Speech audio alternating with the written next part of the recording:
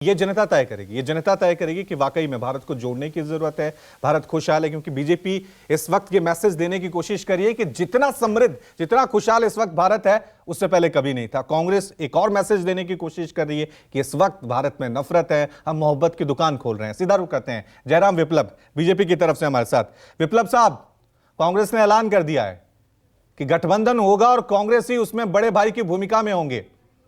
किस तरह से देख रहे हैं आप ये जो विपक्षी मोर्चाबंदी हो रही है? दक्षिण में, श्रीनगर में कल समापन समारोह है, उसमें भी विपक्षी दल आ रहे हैं राहुल गांधी के समापन समारोह में।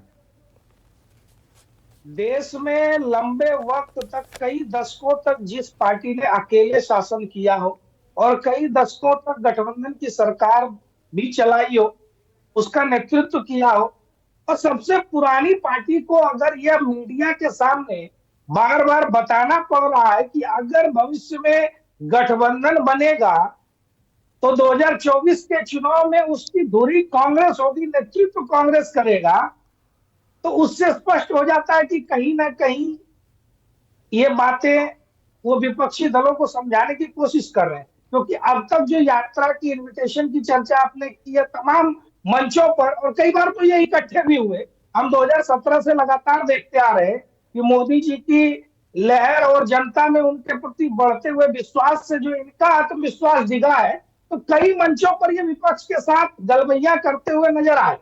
लेकिन उस मंच से उतरते उतरते ही जब मीडिया के लोग बाइट लेने लगते हैं तो इनकी विपक्षी एकता फुस हो जाती है, क्योंकि ये विचार के लिए लड़ नहीं रहे, ये कुर्सी के लिए लड़ने वाले लोग हैं। और इनको सत्ता और स्वार्थ का गठबंधन कब बनेगा, कब तक चलेगा, इसकी कोई गारंटी नहीं है। बिहार से लेकर के उत्तर प्रदेश तक लगातार हमने देखा, उत्तर प्रदेश में ये साइकिल की सवारी करने भी पहुंचे थे, लेकिन जनता ने उत्तर दिया।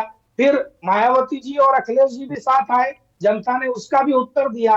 तो तमाम महागठबंधन और विपक्षी एकता को जनता ने तो नकारा ही है।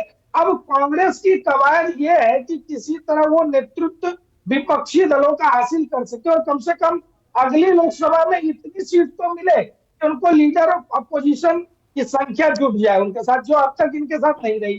तो कांग्रेस इतिहास में अपने सबसे बुरे दौर से गुजर रही है। अब इनका कंफ्यूजन बना हुआ है। राहुल गांधी खुद विप्लव साहब, आपके सहयोगी भी तो डरे हुए रहते हैं ना। नीतीश की बात करें, नीतीश साफ तौर से कहते हैं कि भाई हमारा उनके साथ गठबंधन था, लेकिन बीजेपी के साथ जो गठबंधन करेगा वो हमें ही कमजोर कर देंगे। वो आपको छोड़ के चले गए। अकाली दल किसानों के मुद्दे पे आपको छोड़ के चले गए।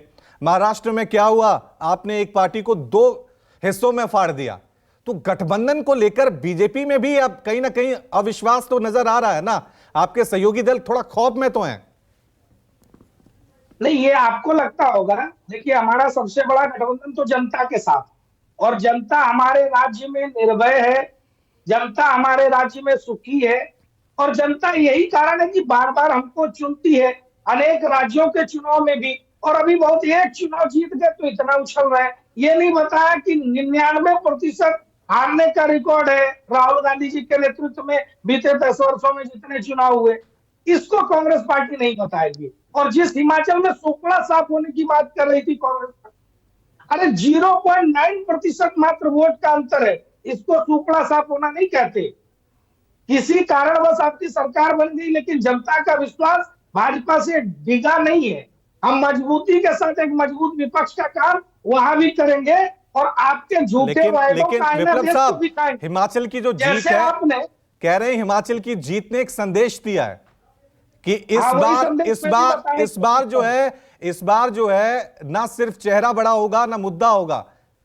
जो मुद्दे हैं आम लोगों के, वो हमेशा लग रहा है कि लोगों के जहन में रहेंगे। ओपीएस वहां पे बहुत बड़ा मुद्दा था, वहां पे महंगाई बहुत बड़ा मुद्दा था। अब इसका उत्तर सुन लीजिए। इसी के साथ अन्य जगहों पर भी चुनाव हुए थे, वहां पर क्या मुद्दा था। दूसरी बात, इन्होंने महंगाई की चर्चा की, यही बात तो आज हिमाचल में इनकी सरकार बननी भी जरूरी थी। एक आध जगह नहीं बनेगी तो इनका चरित्र कैसे हम दिखाएंगे कि वर्तमान में भी कांग्रेस पार्टी वही झूठी और भ्रष्टाचारी पार्टी है जो यूपीए के समय में और उससे पहले थी। ठीक है।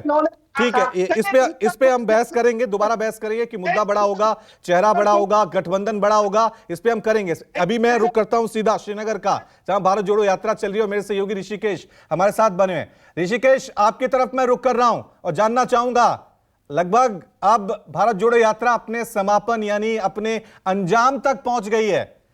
जाहिर सी बात है, कल के जो समापन समारोह है उस पर सबकी निगाहें टिकी हुई हैं। कौन कौन आने वाले हैं, कौन हां करने वाले हैं, कौन ना करने वाले हैं, और अंत कैसा होगा। शुरुआत अच्छी हुई थी भारत जोड़ो यात्रा की।